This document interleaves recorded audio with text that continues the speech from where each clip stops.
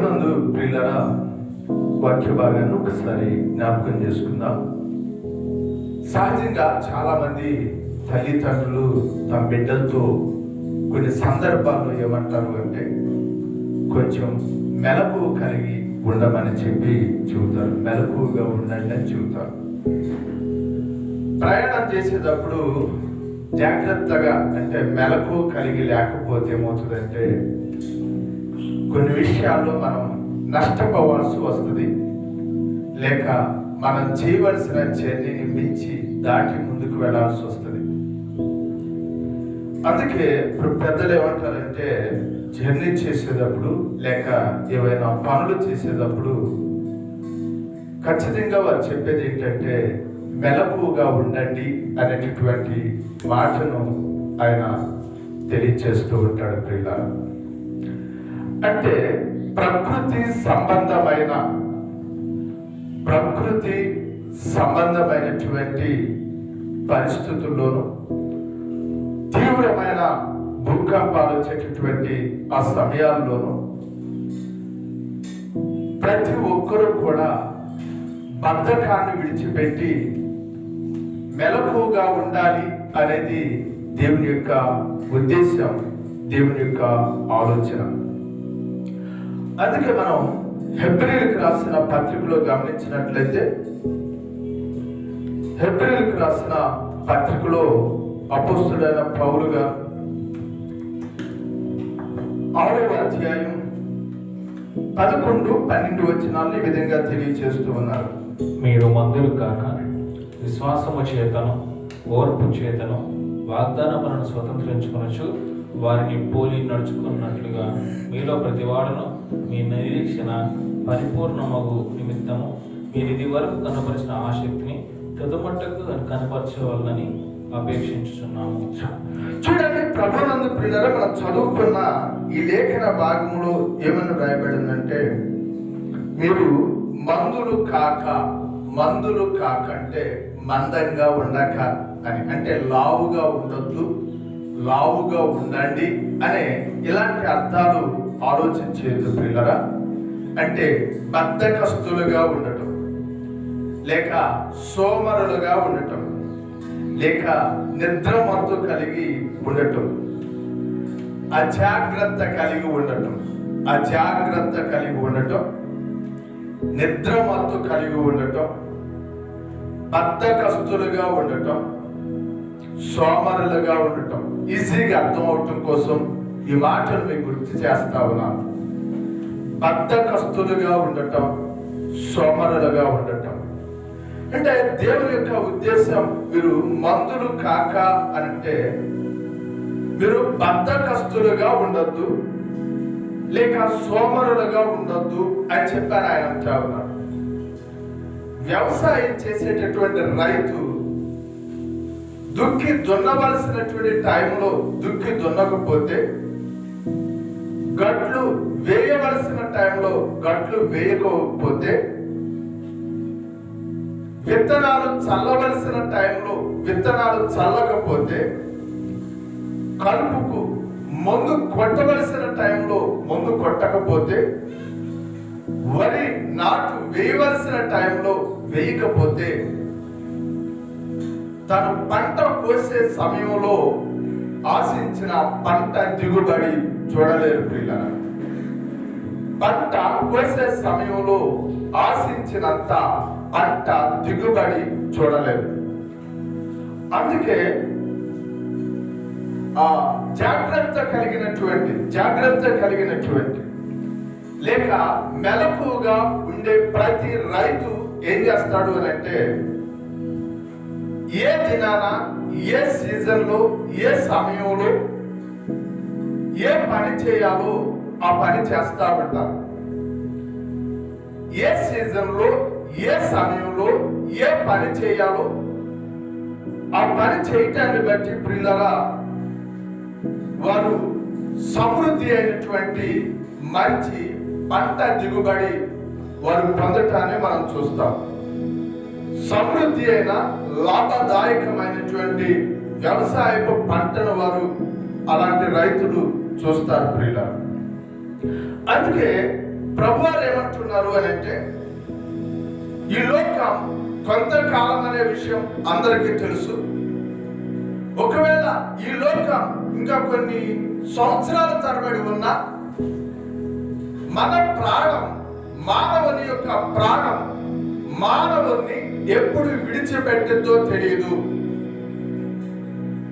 రేపు అనేది మనది కాదు, తరువాత సమయం అనేది మనది కాదు అనే విషయం ప్రతి ఒక్కరికి తెలుసు ప్రియులారా.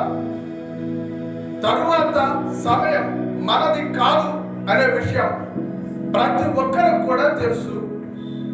తరువాత సమయం మనది కాదు కాబట్టి కొంచెం మెలకు కలిగి జాగ్రత్తగా ఉండండి అని చెప్పి దేవుడు లేఖనంలో చాలా స్పష్టంగాను చాలా అర్థవంతంగాను ఆయన తెలియచేయటం ఇక్కడ మనకు కనిపిస్తా ఉన్నది ప్రియులారా. ఇక్కడ మనం గమనించినప్పుడు అందుకే ఏమంటాడు అంటే, చేయవలసినటువంటి పని అంటే మంద బుద్ధులు అయితే వారు చేయవలసిన పని చేయలేము, భాగ్యవంతులము కాలేము, దరిద్రత లేమి కలుగుతా ఉంది, అపాయము కీడు మనకు కలుగుతా ఉంది, ప్రమాదము గ్రహించలేము. ఒక విధంగా చెప్పాలంటే చచ్చిన వారితో సమానం. ప్రభునందు ప్రియులారా, మెలకువ కలిగి ఉండకపోతే, మెలకువగా ఉండకపోతే చేయవలసిన పని మనం చేయలేము, భాగ్యవంతులము కాలేము, దరిద్రత లేమి అనేది మనకు కలుగుతా ఉండింది, అపాయము కీడు కలుగుతా ఉండింది, ప్రమాదాన్ని గ్రహించలేము. అంతేకాదు ప్రియులారా, చచ్చిన వారితో సమానం. అందుకే మనం మెలకు కలిగి ఉండాలి.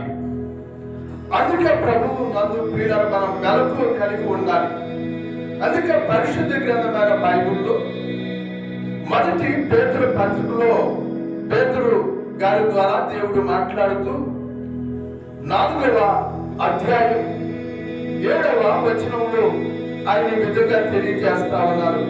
అయితే అన్నిటి అంతము సమీపమై ఉన్నది కాగా మీరు స్వస్థ బుద్ధి గలవారే ప్రార్థనలు చేయుటకు వెలుగుగా ఉండుడి. చూడండి, ప్రభునందు ప్రియులారా, ఇక్కడ ప్రభు చాలా స్పష్టంగాను అర్థవంతంగా ఇలా తెలియజేస్తూ ఆయన అంటున్నారు, ఎందుకు మనం మెలకు కలిగి ఉండాలి అని అంటే, అన్నిటి అంతం సమీపమై ఉన్నది. అన్నిటి అంతం సమీపమై ఉన్నది కాబట్టి మనం ఎలా ఉండాలి అని ఆయన తెలియజేస్తున్నాడు అని అంటే, మెలకువగా ఉండండి అని అంటున్నాడు. అన్నిటి అంతం సమీపమై ఉన్నది కాగా మీరు స్వస్థ బుద్ధి కలవారై ప్రార్థన చేయుటకు మెలకువగా ఉండండి అని అంటున్నాడు.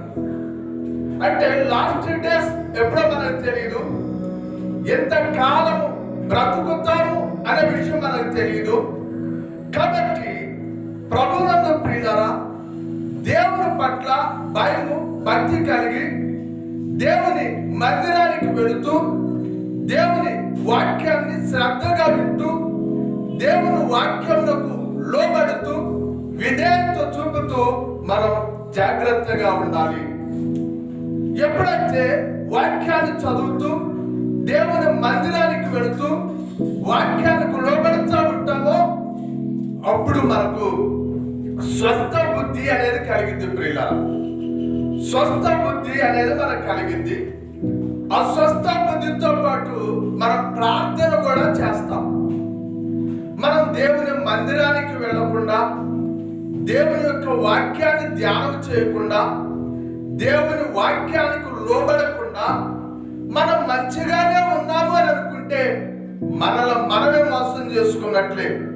నిన్ను ఎవరు మోసం చేయటల్లా, నిన్ను నీవే మోసం చేసుకుని నరకానికి నువ్వు సిద్ధపడతా ఉన్నావు అనే విషయాన్ని దేవుని సన్నిధిలో దేవుడి సమయంలో జ్ఞాపకం చేస్తా ఉన్నాడు నా ప్రియ సహోదరి, ప్రియ సహోదరుడా. అందుకే లాస్ట్ డేస్ ఎప్పుడో తెలీదు, మన ప్రాణం ఎంత కాలం ఉంటుందో తెలియదు. అందుకే దేవుడి సమయంలో నీతో మాట్లాడుతా ఉన్నాడు. ఒకసారి నాకు తెలిసినటువంటి ఒక దైవజనుడు దేవుని యొక్క వాక్యాన్ని బోధిస్తా ఉన్నాడు. ఒక ఆమె నూతనంగా దేవుని మందిరానికి వస్తా ఉంది. దేవుని మందిరానికి వచ్చినటువంటి ఆమె దేవుని యొక్క వాక్యాన్ని వింది, వాక్యానికి లోబడింది, పరిశుద్ధాత్మతో నింపబడింది, తన పాపాలు ఒప్పుకుంది, వాటిని విడిచిపెట్టింది, దేవుని సంఘంలో నమ్మి బాప్తిస్మం పొందింది. తన భర్త మారు మనసు లేని వ్యక్తి, భయంకరమైన క్రూరమైనటువంటి జీవితం కలిగినటువంటి వ్యక్తి. తన భర్తతో చెప్పింది, నేను రక్షింపబడాలి అనే ఆశ నాకుంది, దేవుని మందిరానికి వెళతాను అని క్రూరుడైనటువంటి భర్తతో మాట్లాడి ఒప్పించి వచ్చి దైవజనునితో మాట్లాడి, ఒకవేళ ఈ రాత్రి ప్రభువు నన్ను పిలిస్తే నేను నరకానికి వెళతాను, అలా నేను నరకానికి వెళ్లకుండా ఉన్నట్లు ఈ రాత్రి కాల సమయంలోనే నాకు బాప్తిస్మం ఇవ్వండి అని చెప్పి అడిగితే ఆ దైవజనులు ప్రార్థన చేసి ఆమెకు బాప్తిస్మం ఇవ్వడం జరిగింది. ప్రియులారా, రెండవ దినాన ఆమె ప్రభువునందు నిద్రించింది. ఆ భర్త అంటా ఉన్నాడు, అయ్యా నేనెంతో క్రూరమైన వ్యక్తిని, అలాంటి నా భార్య నన్ను ఒప్పించి యేసు ప్రభు అని రక్షకుడిగా అంగీకరించి ఆయన శిలువలో రక్తాన్ని చిందించాడు నా పాపముల కోసం అని చెప్పి ఆమె విశ్వసించి బాప్తిస్మం తీసుకుంది. ఇందుకోసమే కాలంలో ఆమె సిద్ధపడింది. కాబట్టి దేవుని వాక్యానుసారంగా మీరు ఆమె విషయంలో ఏమి జరిగించాలో అలా జరిగించండి అని చెప్పాడంట. ప్రభువునందు ప్రియులారా, ఒకవేళ ఆ సహోదరి ఆ సమయంలోనే రక్షింపబడకపోతే, మారు మనసు పొందకపోతే, దేవుని వాక్యానికి విధేయత చూపకపోతే నరకానికి వెళ్ళేది ప్రియులారా.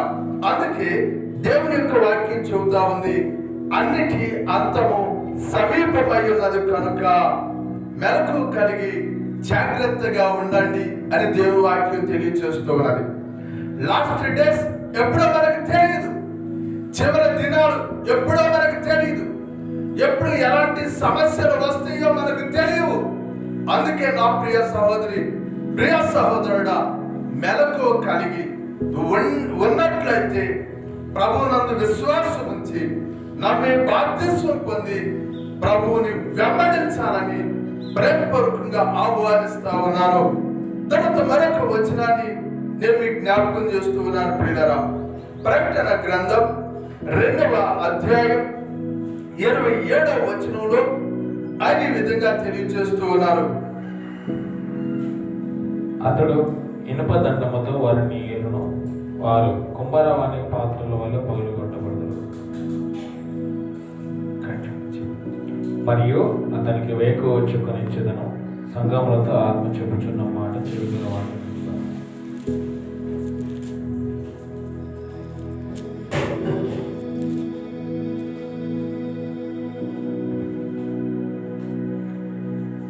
ప్రకటన గ్రంథం 2వ అధ్యాయం 27వ వచనంలో ఈ విధంగా ఉంది,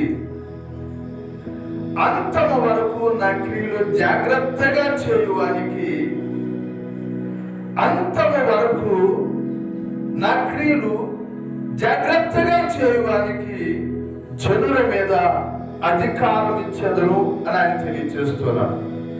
చూడండి ప్రియులారా, అంతము వరకు దేవుని యొక్క క్రియలు అంటే మెలకువగా ఉన్నారు అనటానికి రుజువు ఏంటంటే, జాగ్రత్తగా ఉన్నారు అనటానికి రుజువు ఏంటంటే, మెలకువగా ఉండే వ్యక్తి దేవుని యొక్క క్రియలను చేయటానికి జాగ్రత్త పడతాడు. దేవుని యొక్క క్రియలు అని అంటే అపొస్తలుడైన పౌలు గారు అంటా ఉన్నారు, నేను క్రీస్తును పోలి నడుచుకున్నట్లు మీరు నన్ను పోలి నడుచుకొనిడి అని ఆయన తెలియజేస్తూ ఉన్నారు. నేను క్రీస్తును పోలి నడుచుకున్నట్లు మీరు నన్ను పోలి నడుచుకొనుడి అని ఆయన తెలియజేస్తున్నారు.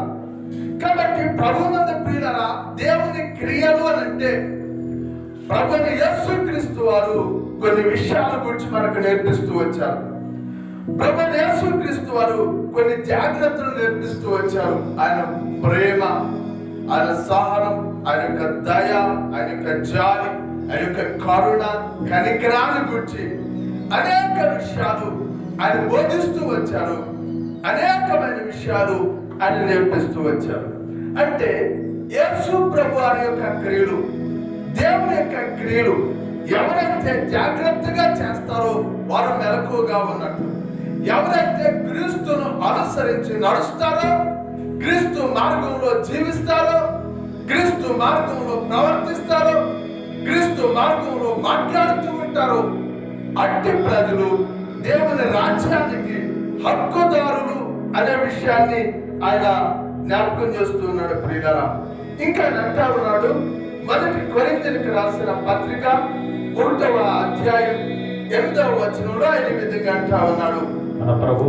1 కొరింథీయులకు రాసిన పత్రిక 1వ అధ్యాయం 8వ వచనంలో ఆయన ఈ విధంగా అంటా ఉన్నారు. మన ప్రభువైన యేసుక్రీస్తు దినమందు మీరు నిరపరాధులై